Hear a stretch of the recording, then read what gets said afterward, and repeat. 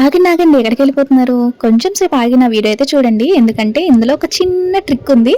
అది చూడగానే మీకు ఆ రియాక్షన్ ఎలా వచ్చిందో నాకు కామెంట్స్లో తప్పకుండా షేర్ చేసుకోండి. సో మొదలెట్టేద్దామా? పండగ అయితే వచ్చేసిందండి మనందరికీ. కానీ పండగ అనగానే ఫస్ట్ మనం ఇంట్లో స్టార్ట్ చేసేది అయితే హౌస్ క్లీనింగ్. సో ఆ హౌస్ క్లీనింగ్ లో భాగంగా నేనైతే గిన్నెల్స్ అన్ని క్లీన్ చేద్దామని చెప్పి దించాను అనమాట. కానీ ఇది చూస్తే చాలా జిడ్డుగా ఉంది. దీన్ని క్లీన్ చేయడం కన్నా తుడిచి పెయింట్ వేస్తే బాగుంటుందని అని అనుకుంటున్నాను.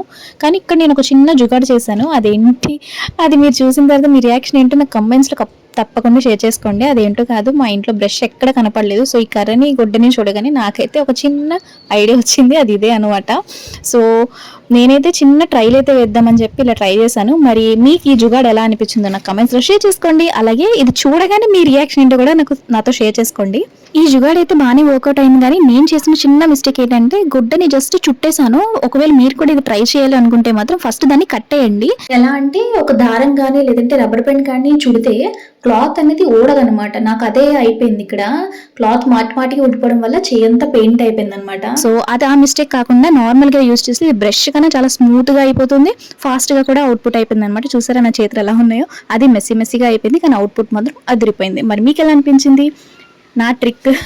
సో చూడగానే మీ రియాక్షన్ ఉంటే కూడా కామెంట్స్లో షేర్ చేసుకోండి. అలాగే సబ్స్క్రైబ్ ముఖ్యం బిగులు.